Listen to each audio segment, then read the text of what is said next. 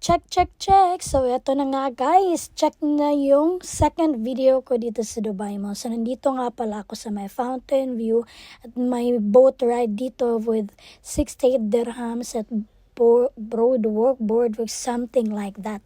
Na may 10 dirhams. Ayan, napakahaba ng lalakarin yun ng ganyan. So, 20 dirhams po yan. 20 dirhams, hindi po 10. Ano ba naman yan? So, ito nga yung inaabangan ng mga tao doon. Yung dancing fountain na yan. Tingnan nyo naman, napakaganda. So, maliban dyan, pumunta pa ako sa aking favorite part sa Dubai Mall or sa may fountain view na yan. Check nyo. Dito banda. Wait! Yun, ito nga yung Burj Khalifa. And sa aking side back naman, may mga tambayan doon.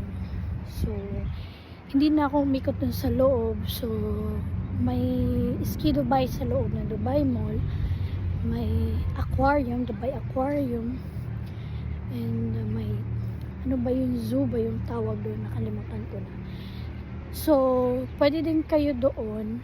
Like, Ski Dubai, hindi ko alam kung magkano. Kalimutan ko na.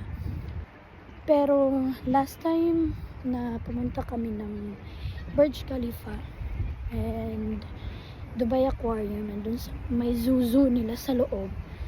195 naka-offer yung abang-abang na lang talaga sa mga ticket na naka-offer yun. Yung, may mga websites kasi na may mga website na pwede ka doon sa kanila bumili ng tickets. Mas cheaper doon kung pupunta ka dito.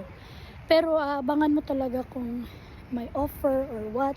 Kasi yun, yung 185 or 195 something per person na yun. Tatlo na yun kasi yung pupuntahan mo. Yung Dubai, Burj Khalifa, Aquarium, at saka yung may zoo sa loob.